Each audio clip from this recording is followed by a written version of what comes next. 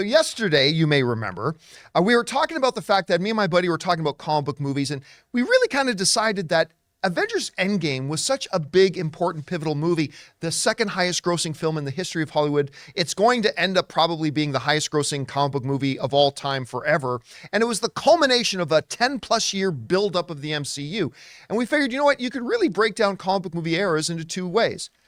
BAE and AAE, before Avengers Endgame and after Avengers Endgame. So yesterday, we put up a fun little video talking about what we believe are the 10 best comic book movies since Avengers Endgame. Well, today, we're going to go on the opposite end of that spectrum, because that ain't all been great. Hasn't all been flowers and cherries, Ray. Can't everything be One Punch Man. There were some stinkers. And so let's get things started here at number 10. At number 10, it's a movie I don't even really hate. I actually kind of enjoyed it, but it does belong on this list, and that's Black Adam. The hierarchy of power in the DCU has certainly been rearranged right at that number 10 spot. Dwayne Johnson with Black Adam, with, trying to stop an army from hell from rising. Only when the army from hell rises, turns out average citizens on the street can take him out with sticks. I'm not kidding. That was really a big thing, and probably the most annoying kid actor in any comic book movie ever. And I don't blame the kid, I probably blame the writing of the character. So Black Adam to me is the 10th worst comic book film since Avengers Endgame. At number 9, we bring in Thor: Love and Thunder. Again, another movie I kind of like, but man, listen, one of the great things about Thor Ragnarok, which is actually a brilliant comic book movie I love, was this great balance of wild humor with heavy, dark tones at the same time. It was incredible. But they went into Thor: Love and Thunder, and while I certainly laughed a good amount in the movie and I came out smiling, yes. But man, in my first out of theater reaction on this one is like, yeah, they really leaned into the silly on this. Humor's not a problem. Use humor. Use lots of humor. But the humor's got to be good. Like, I contend that probably Spider-Man Across the Spider-Verse had just as much humor as Thor: Love and Thunder, but the problem is that Thor: Love and Thunder's humor was not nearly as good as Spider-Man Across the Spider-Verse's humor. It really leaned into the really wildly silly. Represented mostly, probably, in the pantheon of the gods. Behold, Bao, the god of dumplings. That's really all you need to know about this movie. So again, I had fun with it, but it deserves the number 9 spot on the worst comic book movies since Endgame. Moving on to number 8. Getting a little bit worse here. Ant-Man and the Wasp: Quantumania. Man, I wanted to like this movie. I wanted to like this movie so much because I love the Ant-Man films. I really do. I think Paul Rudd is fantastic. I think they've done a great job with the franchise up until now. And of course, you're going to have Kang the Conqueror in it. Huge high hopes. And this is just a movie that fell flat in almost every regard and is one of the few MCU movies that I simply did not watch a second time. And that's saying a bunch. Even other MCU movies I didn't like. I've watched Iron Man 2. I've seen 3 or 4 times, Ray, and I hate that movie. Anyway, Ant-Man and the Wasp: Quantumania. What about 8. Dark World? Dark World I have also seen 3 or 4 times, as a matter of fact. All right, we move on to the number 7. Number 7, The New Mutants. Now look, I was going to like this movie the first time I saw it no matter what, because the pandemic had been raging. I had not stepped foot inside a movie theater in 6 months, and that had never happened in my life. I'd gone 6 months without stepping foot in a movie theater, and even though I lived in the Los Angeles area, and the movie theaters were still closed in Los Angeles and in California, they were opening movie theaters in Nevada. And at an AMC theater in Las Vegas, they were showing New Mutants. So me and my buddy Soul, we said, screw it. We're going to drive 3.5 hours to go watch a 90-minute movie to turn around and drive 3.5 hours back. But it was worth it. And so I watched it. I'm like, yeah, I'm watching a movie again. And I watched it again later. I'm like, woo, that was a bad movie. Even Anya Taylor-Joy couldn't save it. I mean, it's got some redeemable qualities, which is why it isn't higher on the list. It's just in the number 7 spot. But yeah, New Mutants comes in at number 7. At number 6, we've got Black Widow. Again, a movie with some upside. But considering how long a lot of fans have waited and wanted to see Scarlett Johansson in her own standalone Black Widow movie, it was a lot of meh. Some decent action sequences. Like Thor: Love and Thunder, a good amount of the humor didn't actually work. Scarlett Johansson was great in it, but you could almost argue it wasn't even really her movie. It was almost really instead of calling it Black Widow, you could have called the movie Black Widow: The Rise of Yelena. Because, which is, in and of itself is not a terrible thing. But again, here's what it was, Ray. It was kind of boring. And that is one of the worst things you can say about a comic book movie. And this one was kind of boring. Oh. All right. Get into the top 5 of the worst since Endgame. Yeah. At number 5, we've got Dark Phoenix. Oh. Yeah, Simon Kinberg. I mean, listen, a lot of people were very excited because Simon Kinberg is a high-ranking royal in the world of geekdom, and I love Simon Kinberg. He's great. You met Simon Kinberg in line at a Star Wars day. Yeah, right? Yeah, at Toys R Us. Yeah, that's right. We're at Toys R Us hanging out in line with them. Seth Green. That's right. Our buddy Kyle Newman. Avi, whatever his name is. Avi Arad. Yeah, Avi Arad was there. Yep. I mean, it was fun night. I love Simon Kinberg. But I remember I expressed a lot of concern going into this, saying Simon had never directed a movie before. And the first movie he's going to direct is a big budget, high profile, tentpole kind of movie. That seems like a mistake. And it was a mistake. It did not work. Now, it's got a scene in it that I think is like one of the best action sequences in comic book. I'd say it's in the top 10 best action sequences of comic book movies ever. The big train sequence in the movie is actually really quite good. Right. But that train sequence doesn't save the rest of the movie. So number 5 worst movie since Endgame, I'm going to say, is Dark Phoenix. At number 4, we get Birds of Prey and the Fabulous Emancipation of One Harley Quinn. Again, a movie I really wanted to like because I love Margot Robbie. She's an Academy-level actress. She's wonderful, and her portrayal, her iteration of Harley Quinn is great. I love her Harley Quinn. You had Elizabeth Weinstead in this, who I've been in love with Elizabeth Weinstead for well over a decade. I just thought this was a movie that was going to have a lot of promise.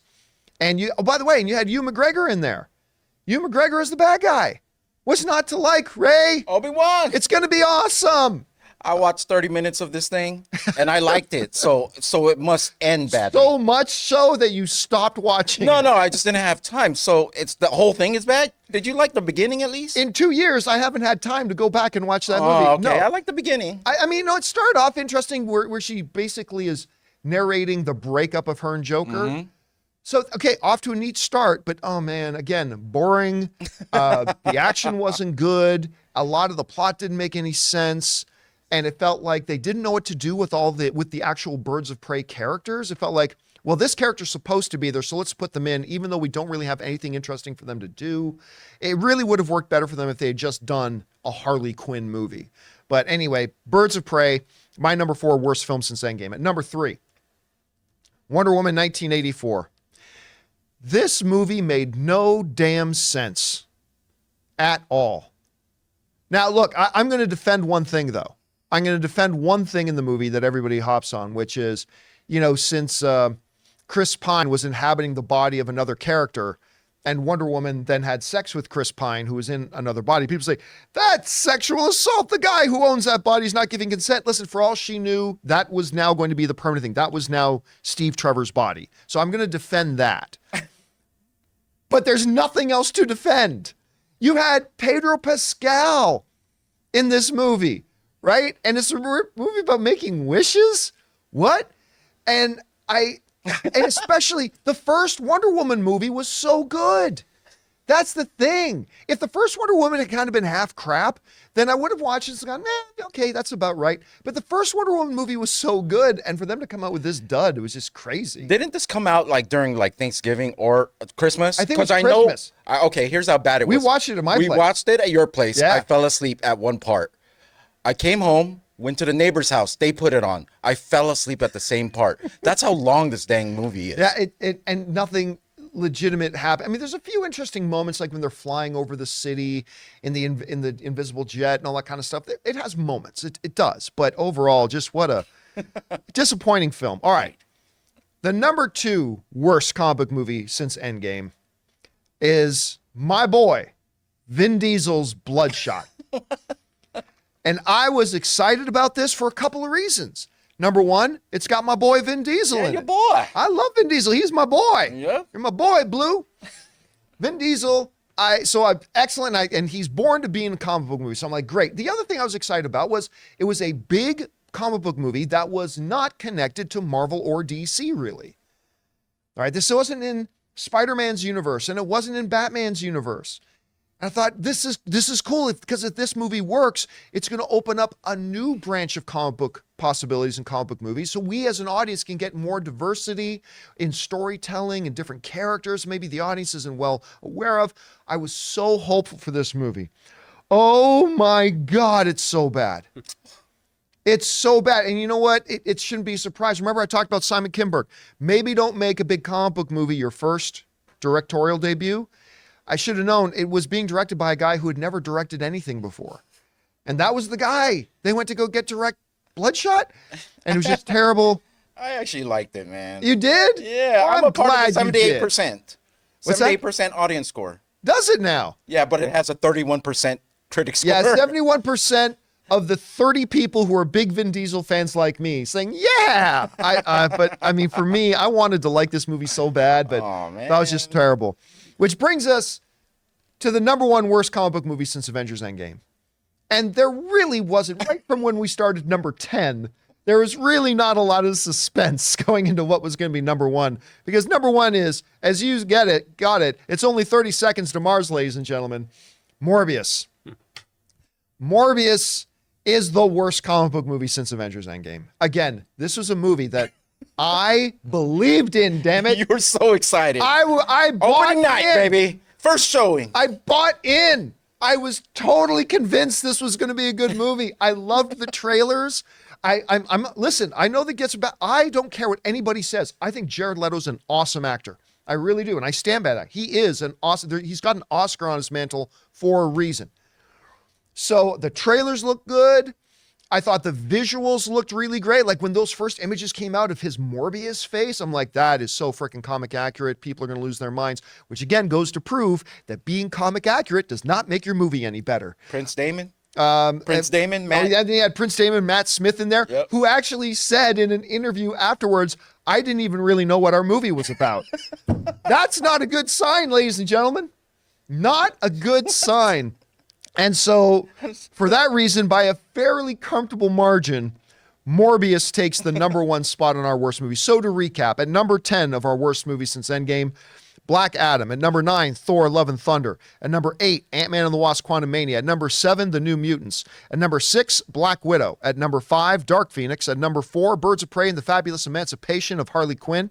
At number 3, Wonder Woman 1984. At number 2, Bloodshot. And at number 1, with a bullet, congratulations to Jared Leto and the good folks over at Morbius. We want to thank a sponsor of this video, Mint Mobile. From the gas pump to the grocery store, your utility bills and favorite streaming services, inflation is everywhere. Seriously, make it stop. Thankfully, there's one company out there that's giving you a much needed break. It's Mint Mobile. As the first company to sell premium wireless service online only, Mint Mobile lets you order from home and save a ton with phone plans starting at just $15 a month. You guys know that ever since I switched to Mint Mobile, I've been saving almost 70% a month over my old phone plan. For people looking for extra savings this year, Mint Mobile offers premium wireless for just $15 a month. By going online only and eliminating the traditional cost of retail, Mint Mobile passes the significant savings on to you. All of their plans come with unlimited talk and text plus high-speed data delivered on the nation's largest 5G network. Use your own phone with any Mint Mobile plan and keep your same phone number along with all your existing contacts. Switch to Mint Mobile and get premium wireless service starting at just $15 a month. To get your new wireless plan for just $15 a month and get the plan shipped to your door for free, go to mintmobile.com/Campea. That's mintmobile.com/Campea. Cut your wireless bill to $15 a month at mintmobile.com/Campea. Guys, listen, any list is a purely subjective thing, and I'm sure no two lists look alike. So I'm sure you guys are looking at my list and you're thinking, no way that deserves to be on there, or you're thinking, how on earth did you leave this other movie off the list? So what I want you to do, and I mean this sincerely, I want you to go down into the comment section of this video. I want you to put out your list of the worst comic book films since Avengers Endgame. I'd be dying to see how yours is the same as mine. Did you just change the order around? Did you swap some movies in and out? Whatever you guys think, jump on down to the comment section below and leave your lists there. Hey guys, thanks for checking out our video. Make sure you like and subscribe to the channel, but don't forget, we also have a daily podcast called the John Campea Show podcast, available on Spotify, Apple Podcasts, and your favorite podcasting app of choice. Go and subscribe to it today.